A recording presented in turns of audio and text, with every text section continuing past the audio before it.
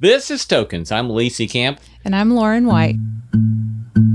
Welcome back, Lauren White. Good to be back, Lee Camp. Love this guest you connected us with today.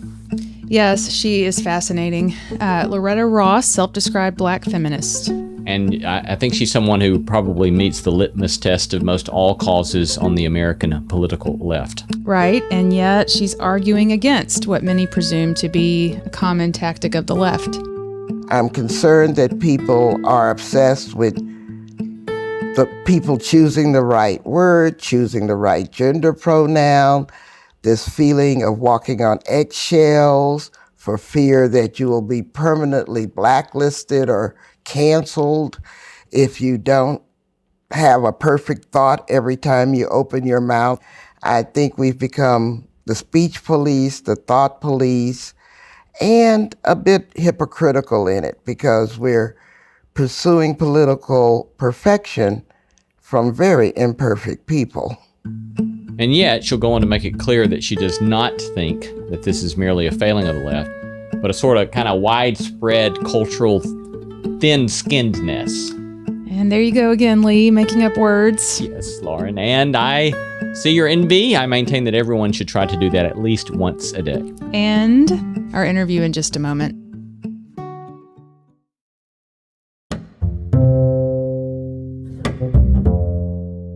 So Loretta is a women's rights activist, a visiting associate professor at Smith College in Massachusetts.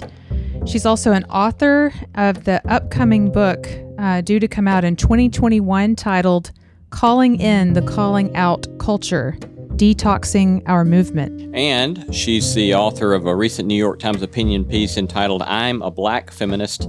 I think call out culture is toxic, subtitled There Are Better Ways of Doing Social Justice Work.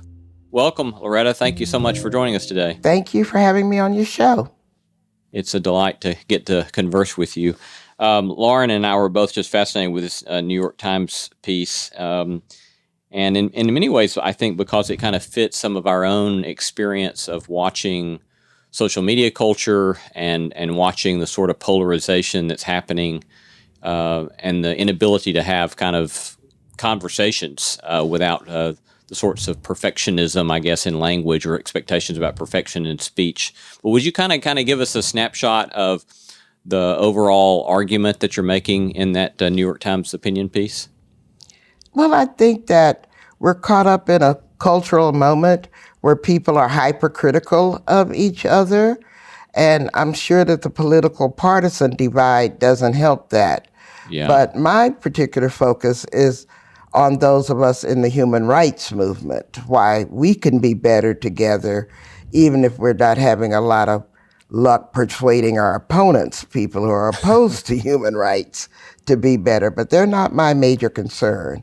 I'm concerned that people are obsessed with the people choosing the right word, choosing the right gender pronoun, this feeling of walking on eggshells for fear that you will be permanently blacklisted or canceled if you don't have a perfect thought every time you open your mouth and include everybody who should not be omitted when you just try to say something.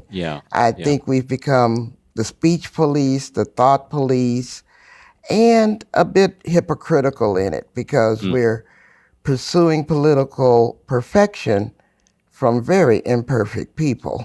So what do you think is happening right now in this cultural moment you're describing where we all seem to be missing this wisdom?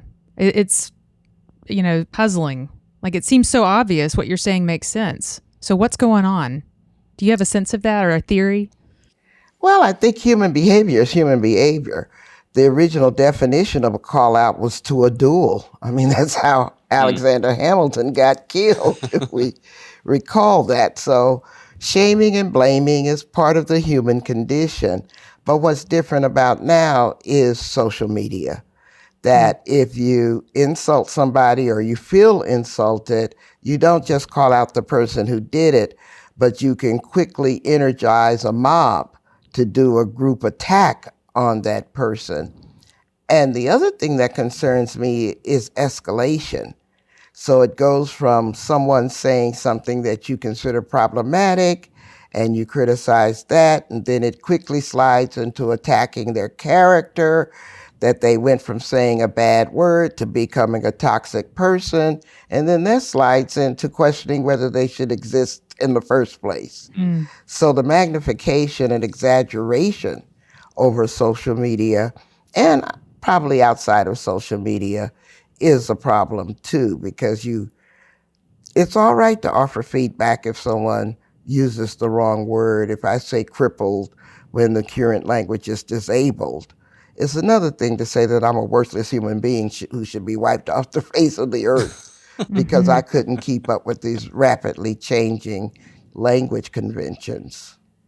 You know, I'm probably hypersensitive to shaming language, and I think a lot of that has to do with the fact that in my cultural context, my church cultural context growing up, the mechanism of shame was so powerful in keeping people in line. And so I've spent kind of decades working through realizing the way that shaming impacted my own psyche. And so I find myself, when I encounter some of that in stereotypical right or fundamentalist contexts, highly sensitive against that.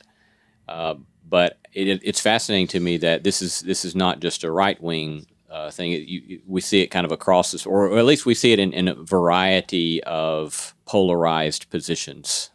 But do you think that there's parallels between a conservative or a right-wing religious fundamentalism? Is there such a thing as a left-wing fundamentalism in this regard? Well, first let's talk about what happened within churches, because I was raised churched as any other good Southern Black woman was. And the first cancel outrage was around the Hollywood film industry. Remember the reaction Right. to the Passion of Christ and Right. calling for people to get canceled, or the reaction to the Harry Potter books and all of that. And so it happens on the left, it happens on the right, it happens with the churched and the unchurched. This willingness to prop yourself up or boost yourself up by putting other people down is kind of like a human condition again. Yeah.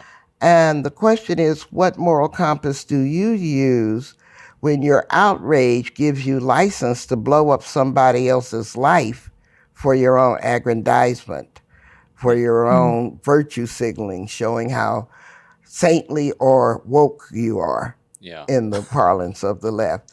Why do you have permission to, first of all, preemptively strike out at others? And usually that strike itself reveals a lot more than you think you're showing, because in fact, the fact that you need to strike first usually reveals that you got something that you're desperately hiding. So you pounce first before someone pounces on you. And so it's really important for us to just pull back from the precipice of human mutual destruction. And we are all interdependent on each other, like COVID has totally demonstrated.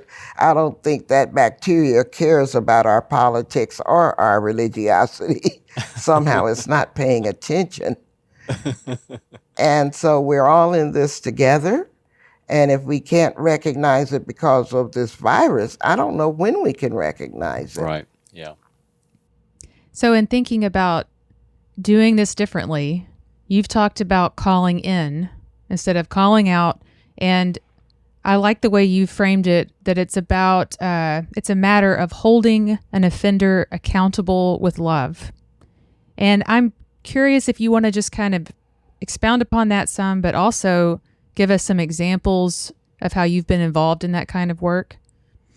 Well, first of all, my background led me to this moment, I'm convinced. In the 1970s, I was the third executive director of the first rape crisis center in this country. And we got this letter from men who were incarcerated for raping and murdering women. And they asked us for help. And it confused us. We're like, wait a moment, we're the survivors. The perpetrators are asking us for help. And so we sat on it for a long time and eventually went out there and talked to these guys at Lorton Reformatory, and they eventually formed Prisoners Against Rape. And so that happened in the 70s. And then in the 90s, I worked at the Center for Democratic Renewal National Anti-Klan Network. And one of my mentors there was Reverend C.T. Vivian, who died, unfortunately, the same day as John Lewis. But C.T. came to us as the staff one day and said, you know, when you ask people to give up hate, you have to be there for them when they do. And this confounded me because I was not prepared to hear his demand that we pay attention to the humanity of people in the Klan and the militia movement. As a Black woman, I said, if you can't hate the Klan, who's left? And so that was very disconcerting to hear his wisdom coming from the civil rights movement, talking about creating a culture of love and respect, even as you object to what somebody says. And so that's why I arrived at this place of figuring out that a calling in is literally a call out done with love. You're not ignoring the harm that the person has done, but you want to pay careful and close attention to what was going on within them that caused them to want to make that harm. And then helping them see if they really want to be that harm doer or do they want to be something else, and giving them that kind of loving attention so that they can interrogate within themselves. Am I aligning my inner good opinion of myself with my outer behaviors? And is there something else I can do? When I teach this online, I have an online class now going on that's teaching about 400 people a week about this. I give them starter sentences where you can start off by saying, you know, when you use that word, for me, it might have felt a little disrespectful, but I'm sure you didn't mean that. Do you mind if we go have coffee and talk about it some more? Or I was in a meeting with you and all of a sudden things got tense because of something you said. And so I want to stop and see what was going on with you at that time. The meeting blew up or got derailed or whatever.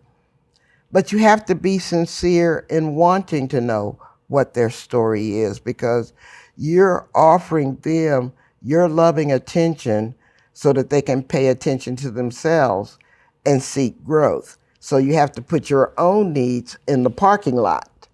It's not about you. It's about investing in someone else's emotional growth.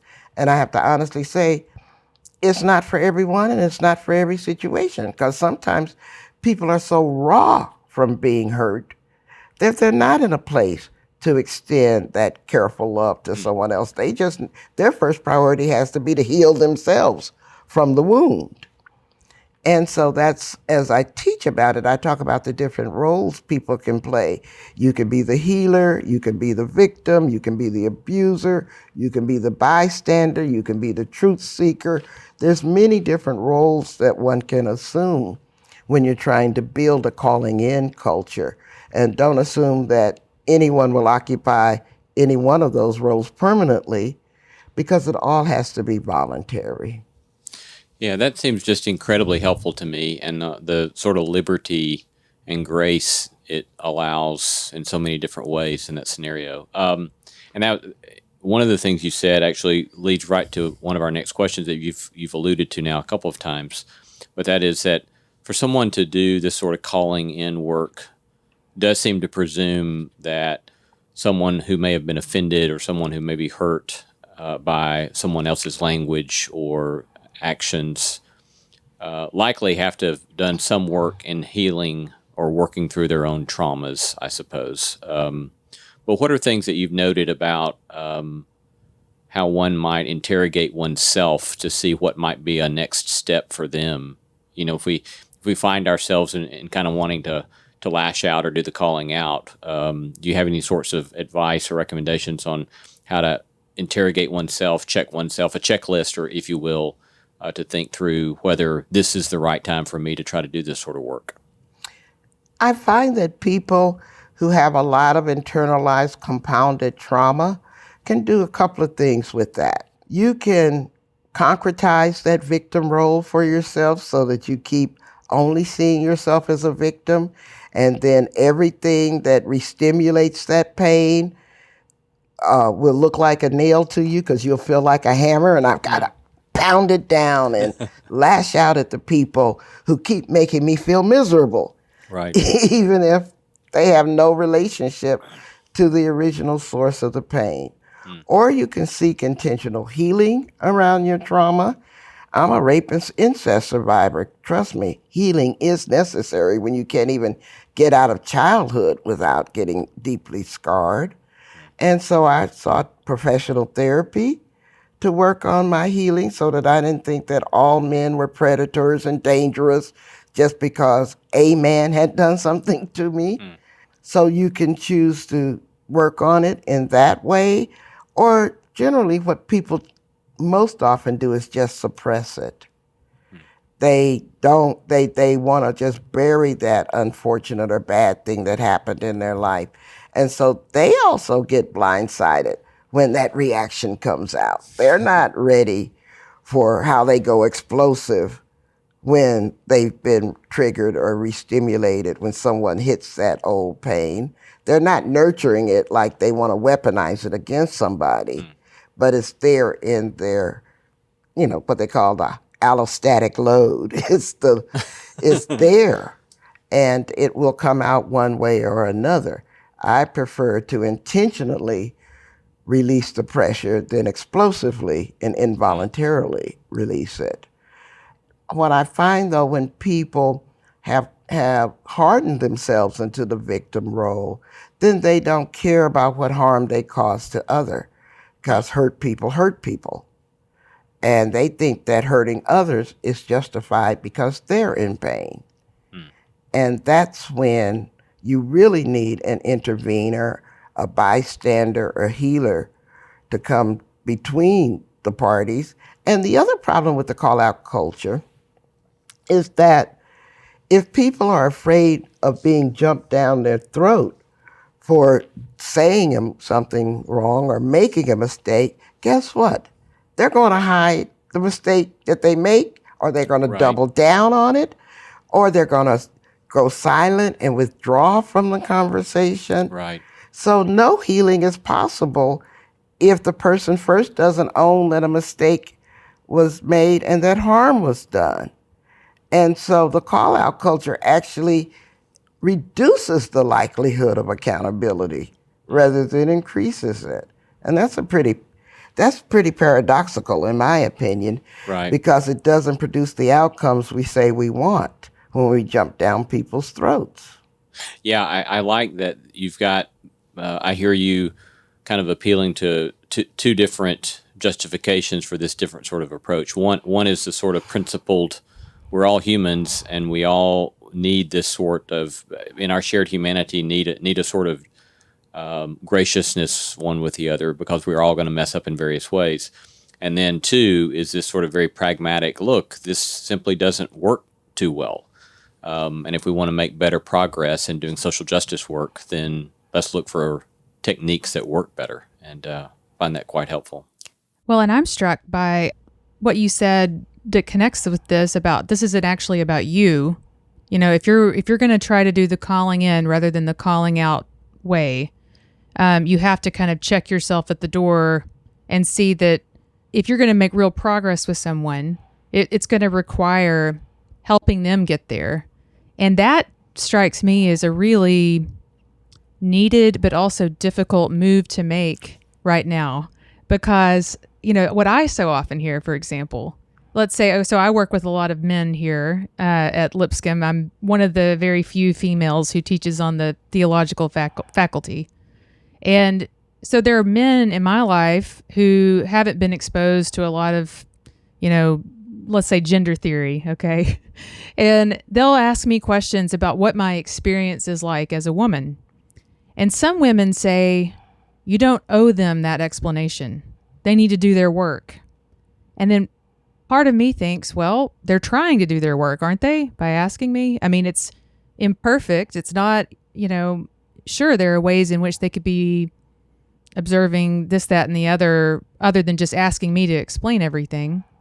But it feels like there's a need for us to have some sense of what you're describing, which is that there are stages here. Not everyone is ready to do the work of calling in because we need to do our healing.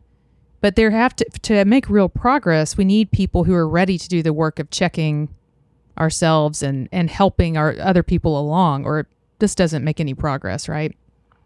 I would agree. I find, again, as a rape survivor, I'm so far along in my healing that I have no problems talking to people who, as I said, have done horrific things to women. And so I ask even the Me Too movement, listen, if in the 1970s we could talk to rapists and murderers, you're saying we can't have a conversation with someone that tells a sexist joke in the wrong way? I mean, what are you saying? Why did we become so thin-skinned and so intolerant of mutual growth?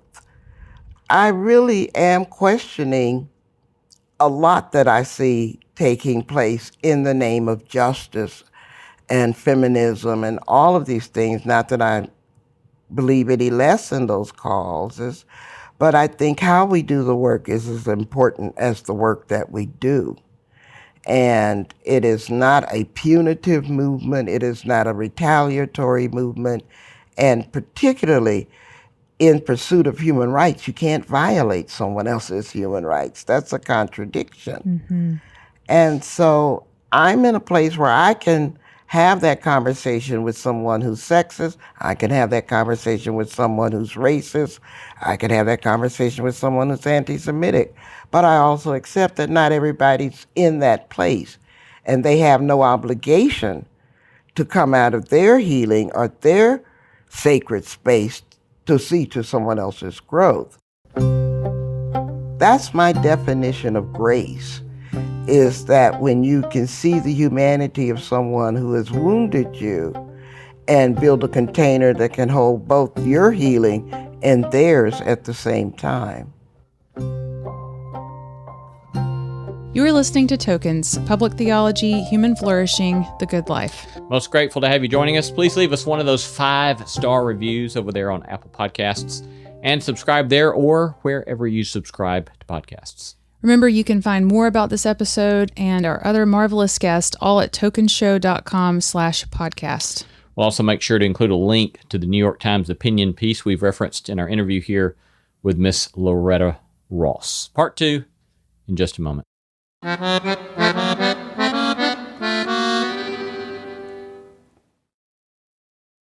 Welcome back. You're listening to Tokens. In our interview with Loretta Ross on her New York Times opinion piece entitled, I'm a Black Feminist, I think call-out culture is toxic.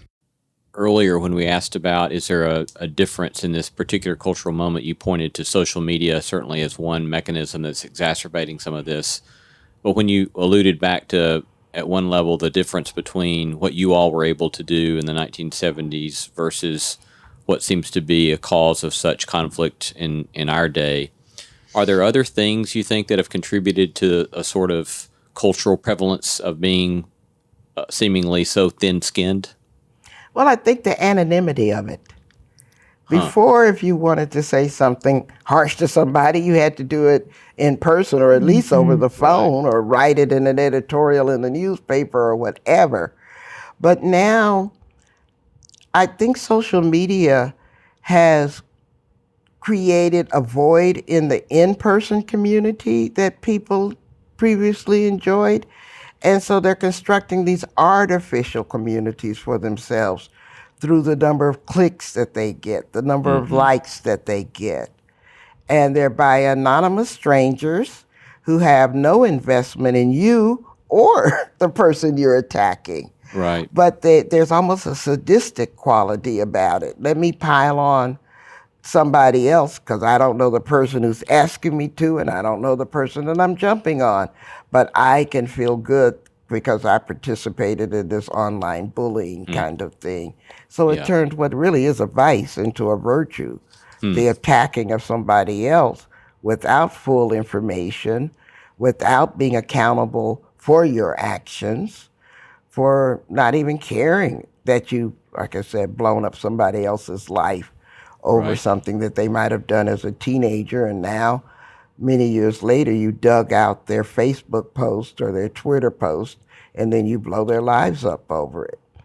So I think there is something about social media where it's failing to really fulfill people's need for connection and community, and it's offering this artificial feeling of connection and community that's basically comprised of strangers who don't really care about you or the person that you're attacking. Yeah. That's very helpful. You know, you've talked a lot about healthy ways of calling in people kind of individual to individual.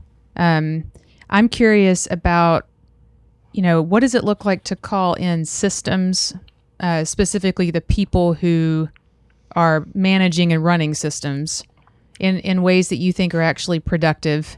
And I'm thinking specifically, I heard you tell a great story about some of the students at Smith College who protested the administration for not defending them against people drawing swastika graffiti in the dorms, you know, and that kind of thing, right? That happens. I mean, everyone wants to be that kind of activist right now, it seems like. So what do you think is actually the most productive and fruitful way to do that kind of work? Or before you do that, it'd be great if you could tell that story. I myself don't know all the details of what happened in that episode. Yeah, I was away from Smith's campus at the time it happened because I was on one of my speaking trips, but I got back to school. Apparently it happened over the weekend, and I got back to school on Monday, and the campus was abuzz because someone had painted some swastikas somewhere, either in a dorm or on a campus building. I'm not quite sure where. But the reaction, when I asked my class about it, the reaction of the class was that they were very angry at what they thought was a tepid response by the administration.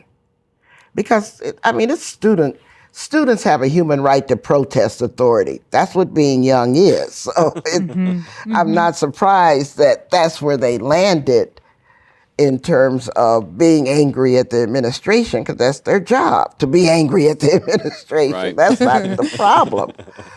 But I asked them to pause and say, wait a moment, are you more angry at the administration for not protecting you against the anti-Semitism than you are at the perpetrator of the anti-Semitism? And that caused them to pause. And I asked them to also consider, is it possible that the administration doesn't want anti-Semitism on the campus too? And that caused them to redirect the anger, in my mind, to a more appropriate place, rather than the default of, I need the grown-ups in my life to protect me from this kind of reaction that they were indulging in. And that leads to another point that I make in my trainings, and that is we have to do better threat assessments. Because everything that offends us is not a physical bodily threat. Every time someone misgenders us or commits a microaggression doesn't mean they want us to be wiped off the face of the earth. And so we have to have responses that are proportional to the harm that we feel, instead of going nuclear every time we're destabilized in some way or made invisible in some way. Now, I appreciate that some of it is accumulation. I might not respond to the first racist microaggression, but I may respond to the 10th because I'm tired of it. Right. Yeah. But still, that requires a proportional threat assessment, because someone making an awkward racial comment about my dreadlocks may be just racially illiterate. That doesn't mean they're racist. So in the instance of the students protesting the college administration, do you think there was a place for that? You know, or do you think they should have been doing something else altogether with their energy and time? Well, I think that that's where a calling in process should have taken place, but I also think that the calling in should be done by the administration. After all, they're the ones with the big checks and they're the adults in the room, right? Why put all that responsibility on the students? Yeah. I have good. a problem with college administrators and faculty so easily displacing their grown-up responsibilities onto 18-year-olds, like we're seeing with the COVID thing. I really have a problem with that. And so I really do appreciate my university president because she's very able to listen to us when we say things like this so that she can become, and she is becoming, more proactive because we can't promise anybody a totally safe space. Mm-hmm. People with hatred are amongst us.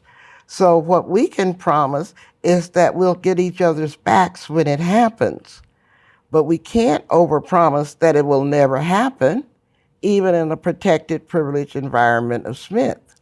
But we can inoculate people from being terrified by it. And I think it's the silence, and when you give the useless platitudes about it, or the official statement, we are not a college that tolerates that stuff, it makes the people wounded by it feel unheard, and it makes them feel very unimportant. I was fascinated in your New York Times column. You said that you expected for people of all political persuasions to call you out productively and unproductively for the sorts of approach that you are advocating here. Because you're critiquing an entire culture rather than simply a partisan issue here, that this is something that is problematic on the right and on the left. And so I'm wondering what sorts of critiques have you received from right or left, stereotypically speaking, for this sort of approach? Well, it's kind of funny you should ask that because probably a year after the New York Times article, I co-signed a letter in Harper's Magazine. That was an online letter, also written by people from the right and the left, just saying that the call-out culture has gone too far. Just canceling people for not thinking the right thoughts or not being sufficiently woke enough or committing political blasphemy because they believe that you should go talk to the other side. These are things that people from both the right and the left are legitimately concerned about. And so a couple of hundred of us, I think, co-signed that letter, including J.K. Rowling of Harry Potter fame. And next thing I knew, I was catching it from all sides because the signatories were from all sides. And I was accused of supporting J.K. Rowling's apparent transphobia. I don't think J.K. Rowling knows who I am. I wish she did, but she doesn't know who I am. And I don't think that Barry Weiss knows who I am. I wish he did, but I don't. And so they attack the messengers instead of the message. And that's when you notice that call-out culture goes crazy. When you have to malign people who are saying, pause, rethink, then you're just going to, because I thought the funniest thing that was written about me in particular was that somehow I was pampering the privilege of rich white people who lived on the Upper West Side. I guess I was put on this earth to do that.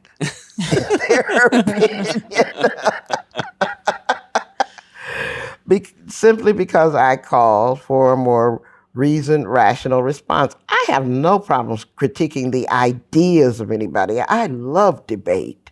Right. So I'm not just papering over political debates with this calling in process. I think a vibrant democracy needs debate because otherwise, how can we find the best ideas out? How can we produce new knowledge without the friction of debate? It is not debate I'm objecting to. I'm objecting to ad hominem attacks, dehumanization, going beyond the pale just because you disagree with somebody's idea or they fail to agree with yours. Right. Yeah. Well, and reducing, I mean, in that very moment where people are angry with you because you signed the same thing that J.K. Rowling signed, just by associating yourself with someone with whom they disagree, you're automatically, now you're a dangerous person, right? We call that call out contamination. Okay, because I'm like now that. contaminated because I was on the same paper with J.K. Rowling, and so now I become the toxic virus. Yeah, wow. And you kind of wonder where that stops. I mean, I feel like if one thing I think is it makes us all so paranoid if we're living in that mode is, what if I'm next? It's like you said, there's this sense of there's this purity, this puritanical kind of feeling of I have to say the right thing all the time. I have to do the right thing. Because if I don't, I'm going to be labeled a heretic and I'm going to be cast out of the community, And, it doesn't feel like a real community when there's no possibility for some diversity of thought, Well, one of my favorite self-made cliches is that when many people think a lot of different thoughts, but they move in the same direction, that's a movement.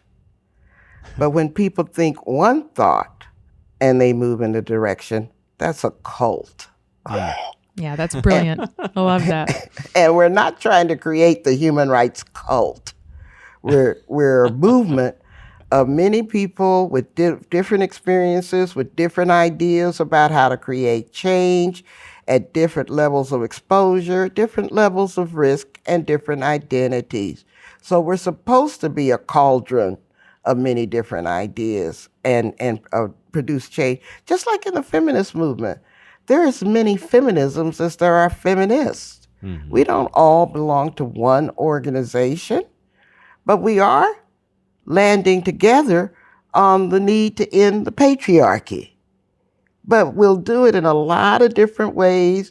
Some of us will join now, some of us will be in protest, and some of us will take time, like you referred to earlier, Lauren, and just offer that guidance to someone who thinks that they don't know how to give a compliment anymore to a woman. Mm-hmm, mm-hmm. Well and said. all of those are parts of feminism. We've been talking to Ms. Loretta Ross, author of the recent New York Times column entitled, "I'm a Black Feminist. I think call-out culture is toxic." Thank you so very much, Ms. Ross. We are grateful for your time. Thank you for having me on your show. Indeed. Thank you so much. You've been listening to Tokens, Public Theology, Human Flourishing, The Good Life. Thank you for joining us. Please remember to subscribe wherever you get your podcast, and please remember to refer us to a fellow podcast listener. Yeah, please do remember that referring us to other fellow podcast listeners is a great way to help us spread the good word about the Tokens podcast. If you've got feedback, email us, text, or attach a voice memo and send to the address podcast@tokensshow.com. Our thanks to all the stellar team that makes this podcast possible. My co-host today, Lauren Speltzer-White. Until next time, Lee. Executive producer and manager Christy Bragg of Bragg Management. Co-producer Jacob Lewis of Great Feeling Studios. Associate producers Leslie Eiler Thompson and Ashley Bain. Engineer Carriot Harmon. Production assistant Kara Fox. Music compositions by Zach and Maggie White. And our live event production team at Stonebrook Media, led by Phil Barnett. Thanks for listening. Peace be unto thee. The Tokens Podcast is a production of Tokens Media, LLC, and Great Feeling Studios.